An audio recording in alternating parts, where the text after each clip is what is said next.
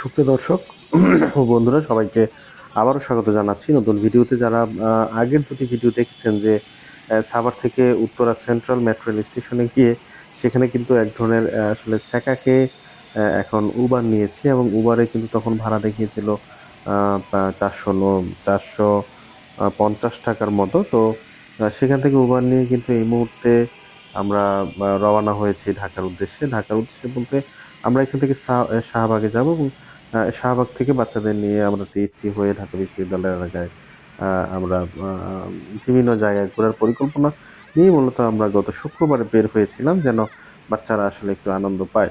তো সেখানে মেট্রো রেলে না পেয়ে কিন্তু আহ, আহ, পরবর্তীতে আমরা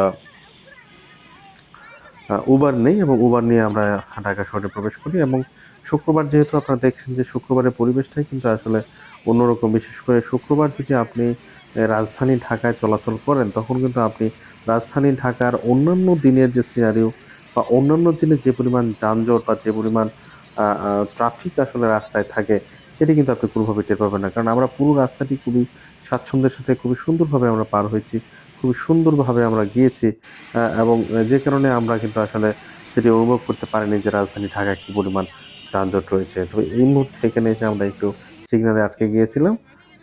তো উত্তরা থেকে আমরা তখন মজার ব্যাপার হচ্ছে যে অটো আহ, আমরা তখন মেট্রো রেল পাইনি, না পাওয়ার কারণে কিন্তু আমাদেরকে উবার নিতে হয়েছে, এবং শেষ পর্যন্ত আমাদেরকে 590 টাকা উবারের বিল দিতে হয়েছে উত্তরা থেকে শাহবাগ পর্যন্ত যেতে।